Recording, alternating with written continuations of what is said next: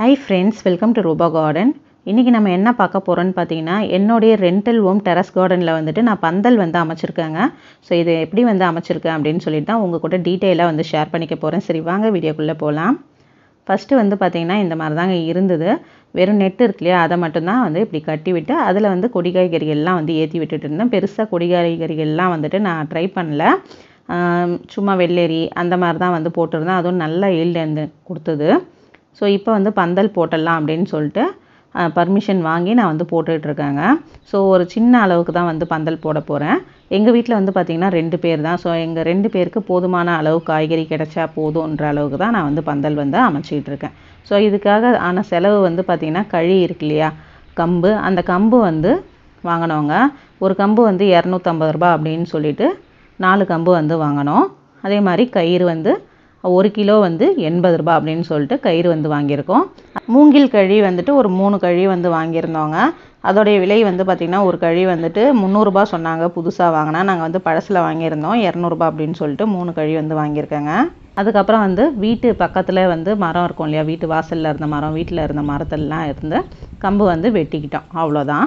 So இப்போ வந்து எப்படி வந்து அமைக்கிறோம் அப்படின்னு சொல்லிட்டு பார்க்கலாம். நான் வந்து ஹைட் வந்து கம்மியாக தான் போட சொன்னேன். நான் வந்து 5.4 தான் இருப்பேன். ஸோ அதனால் நான் 6 ஃபீட் வரைக்கும் தான் வந்து ஹைட் போட சொல்லியிருக்கேன்.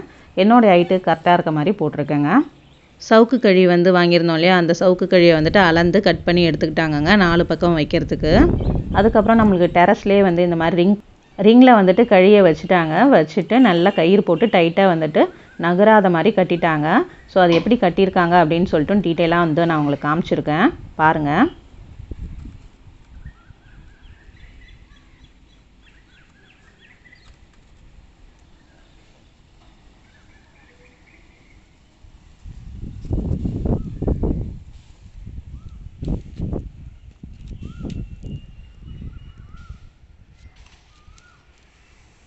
அவங்க எப்படி கட்டியிருக்காங்க அப்படின்னு சொல்லிட்டு நான் மெதுவாகவே வச்சு காமிச்சிருக்கேங்க. உங்களுக்கு டீட்டெயிலாக புரிஞ்சிருக்கும் அப்படின்னு நினைக்கிறேன்.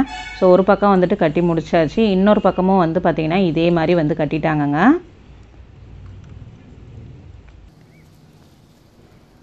அந்த ரிங் வந்து கொடுத்துருக்காங்க இல்லையா, அது உள்ளே விட்டு ரெண்டுத்தையும் சேர்த்த மாதிரி கட்டுறாங்கங்க. ஸோ நம்மளுக்கு வந்துட்டு அந்த கழி வந்துட்டு கீழே விழாத மாதிரி நல்லா வந்து இறுக்கி பிடிச்சி கட்டிடுறாங்க.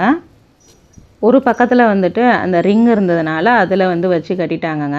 இந்த பக்கத்துக்குலாம் வந்து ரிங் இல்லை. ஸோ அதனால் இந்த மதில் இருக்கு இல்லையா, இதில் வந்து வச்சு கட்டியிருக்காங்க. இந்த பக்கத்தில் வந்துட்டு இன்னொரு அட்வான்டேஜ், இந்த கம்பி வந்து இருந்ததுங்க. ஸோ அந்த கம்பிலேயும் அதுக்கப்புறம் அந்த மதில் சுவரை பிடிச்ச மாதிரி கட்டியிருக்காங்கங்க. ஸோ 4 பக்கமும் கழி வச்சு கட்டியாச்சு. இப்போ மேலே பக்கவாட்டில் இருக்கக்கூடிய கழியை வந்து நம்ம கட்டிக்கலாம். ஸோ நம்ம 4 கழி வச்சுருந்தோம் இல்லையா, அது மேலே வந்துட்டு அப்படியே பக்கவாட்டு கழியை வந்து வச்சுட்டு அதுக்கப்புறமா ஒரு கழியாக வந்துட்டு கயிறு போட்டு வந்து கட்டிடலாங்க. ஸோ எப்படி கட்டியிருக்காங்க அப்படின்னு சொல்லிட்டு காட்டுறேன் பாருங்கள். நம்ம வச்சுருந்த கழியும் இப்போ பக்கவாட்டு கழியும் சேர்த்து பிடிச்சி நல்லா டைட்டாக வந்து கட்டியிருக்காங்கங்க. இந்த மாதிரி 4 பக்கமும் வந்து கட்டிடணும். 4 பக்கமே நம்ம பக்கவாட்டு கழி வந்து வச்சுருந்தோம் இல்லையா, அது ஃபுல்லாகவே வந்து கட்டி முடிச்சிட்டோம். இப்போ ஆல்மோஸ்ட் நம்மளுக்கு முடிஞ்ச மாதிரி தான். இப்போ நம்ம எக்ஸ்ட்ராவாக வச்சுருக்க கழிலாம் இருக்கு இல்லையா, அதெல்லாம் வந்துட்டு 1 by 1 இது மேலே வந்து அடுக்கிட்டு நம்ம கட்ட வேண்டியது தான். ஸோ அதுவும் வந்து எப்படி கட்டியிருக்காங்க அப்படின்னு சொல்லிட்டு காட்டுறேன் பாருங்கள். அந்த கழி மேலே வந்துட்டு அப்படியே வச்சுட்டு அந்த கழியும் நம்ம பக்கவாட்டு கழி வந்து போட்டிருந்தோம் இல்லையா, அதையும் வந்து சேர்த்து பிடிச்சி கட்டிடணும்.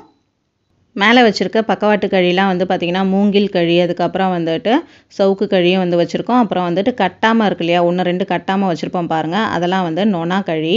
ஸோ அதெல்லாம் வந்துட்டு கொஞ்சம் சப்போர்ட்டுக்காக இருக்கட்டும்னு வந்து வச்சுருக்கோம். முடிச்சுட்டு சென்டரில் வந்துட்டு ஒரு கழி வந்து வச்சுருக்கோங்க, மூங்கில் கழி. இது வந்து வெயிட் வந்து பிடிச்சி தாங்குற மாதிரி. இது கீழே வந்துட்டு ஒரே ஒரு பாக்ஸ் மட்டும் வைக்கணும், ஏதாவது மண்ணு கொட்டி ஒரு ஜாடி வச்சோன்னா கரெக்டாக இருக்கும். ஸோ இது சென்டரில் வந்துட்டு ஃபுல்லாக வந்து இழுக்கி பிடிச்சி கட்டியிருக்காங்கங்க. ஸோ அவ்வளோதான். ஆல்மோஸ்ட் நம்ம வந்து பந்தல் வந்து போட்டு முடிச்சிட்டோம். இதுக்கப்புறம் நான் என்ன பண்ணேன்னு பார்த்தீங்கன்னா, என்கிட்ட வந்துட்டு நெட் இருந்தது இல்லையா, அந்த வலை இருந்தது இல்லையா, அதை வந்து வலையை வந்துட்டு மேலே எடுத்து வந்து கட்டிட்டேங்க. கட்டிட்டு மீதி கொஞ்சம் வந்து பத்தாமல் இருந்தது. அந்த இடமும் வந்து பார்த்திங்கன்னா கொஞ்சம் கேப்பாக இருந்தது. ஸோ அதனால் அந்த நொனா குச்சிலாம் வந்து வச்சுருந்தேன்னு சொன்னேன் இல்லையா, நொனா கழிலாம், அதெல்லாம் இது மேலேயே வச்சுட்டு மீன் வலை இருந்ததுங்க, அந்த மீன் வலையும் வச்சு கட்டிட்டேன். ஸோ பந்தல் வந்து முழுமை அடைஞ்சிருச்சுங்க. எப்படி இருக்குது அப்படின்னு சொல்லிட்டு பாருங்கள். உங்களுக்கும் பிடிச்சிருக்கும்னு நினைக்கிறேன். என்னுடைய தேவைக்கு சின்னதாக இருந்தால் போதும்னு சொல்லிட்டு நான் சின்ன பந்தலாக வந்து போட்டிருக்கேங்க. உங்களுக்கு எப்படி வந்து தேவைப்படுதோ அந்த மாதிரி வந்து அமைச்சிக்கோங்க. ஸோ இதுக்கான செலவுன்னு பார்த்தீங்கன்னா கழி மட்டும்தாங்க செலவு. அதே மாதிரி கயிறு வந்து செலவு. நம்ம வந்து வீட்டிலே வந்து ரெடி பண்ணிக்கலாம். ரொம்பவே சிம்பிள் தாங்க. ஸோ இந்த கழியை வந்து வச்சு கட்டணும். 2 பேர் வேணுங்க. அப்போ தான் வந்துட்டு நம்ம சீக்கிரமாக வந்து முடிக்க முடியும். நான் வந்து போட்டிருக்க பந்தல் வந்து பார்த்திங்கன்னா சின்ன சைஸில் வந்து போட்டிருக்கேங்க. ஸோ என்னுடைய எதிர் வீட்டில் வந்து பார்த்திங்கன்னா கொஞ்சம் பெருசாகவே போட்டிருக்காங்க. அவங்க பூசணிக்காய் வந்து அதில் ஏற்றி விட்ருக்காங்க. எந்த அளவுக்கு பூசணிக்காய் வந்து அதில் இருக்குது அப்படின்னு சொல்லிட்டு நீங்களே வந்து பாருங்கள். ஸோ நம்ம போடும்போதே நல்லா ஸ்ட்ராங்காக போட்டுட்டோன்னா ஒரு 10 சுரக்காவோ 10 பூசணிக்காவோ தொங்கினா கூட அந்த கொடி வந்து தாங்கணும். அதுக்கு தகுந்த மாதிரி நம்ம போடும்போதே பிளான் பண்ணி போட்டுடணுங்க. ஸோ அதனால தான் நான் நிறைய கழி வந்து இதில் இடையில வந்துட்டு வச்சுருக்கேன். நொனா கழிலாம் வச்சுருக்கேன்னு சொன்னேன் இல்லையா, அதுக்காக தான் சப்போர்ட்காக நிறைய கழி வந்து வச்சுருக்காங்க. இது வந்து எங்கள் ஆப்போசிட்டில் இருக்கக்கூடிய வீடுங்க. ஸோ அங்கே வந்து டெரஸில் வந்து இதே மாதிரி பந்தல் வந்து அமைச்சிருக்காங்க. ஸோ அந்த பந்தலில் வந்துட்டு எந்த அளவுக்கு காய்கள் இருக்குது அப்படின்னு சொல்லிட்டு பாருங்கள். எல்லாமே வந்து பூசணிக்காய், ஒரு 6-7 பூசணிக்காய் வந்துட்டு அதில் வந்து இருக்குங்க. ஸோ நான் வந்து ஜூமில் தான் வந்து காட்டுறேன். நான் நேராக இன்னொரு வீடியோவில் நான் அதையும் வந்து காட்டுறேன் உங்களுக்கு. இந்த வீடியோ பதிவு மூலமாக நம்ம ரெண்டல் ஹோமில் எந்த மாதிரி வந்துட்டு பந்தல் அமைக்கலாம் அப்படின்னு சொல்லிட்டு உங்களுக்கு ஒரு சின்ன ஐடியா வந்து கிடச்சிருக்கும். இது சிம்பிளாக எல்லாருமே போடக்கூடியது தான். பட் நம்ம வந்துட்டு இந்த மாதிரி போட்டாலே செலவு வந்து கம்மி. இதில் கழி செலவும் கயிறு செலவும் தான். மற்றபடி நம்ம ஷிப் பண்ணும்போதும் இந்த கழியோ கயிறோ நம்ம வந்து கட்டிட்டு ஈஸியாக வந்து ஷிப் பண்ணிக்கலாம். ஸோ இன்னையோட வீடியோ வந்துட்டு உங்களுக்கு யூஸ்ஃபுல்லாக இருந்திருக்கும்னு நினைக்கிறேன். ஒரு சின்ன ஐடியா வந்து கொடுத்துருக்கும்னு நினைக்கிறேன். அப்படி யூஸ்ஃபுல்லாக இருந்ததுன்னா நம்மளோட சேனலை வந்து சப்ஸ்கிரைப் பண்ணி வச்சுக்கோங்க. உங்கள் ஃப்ரெண்ட்ஸ் அண்ட் ரிலேட்டிவ்ஸ்க்கும் மறக்காமல் ஷேர் பண்ணுங்கள். வீடியோ பிடிச்சிருந்தா லைக் பண்ணிக்கோங்க. தேங்க்யூ ஃபார் வாட்சிங்.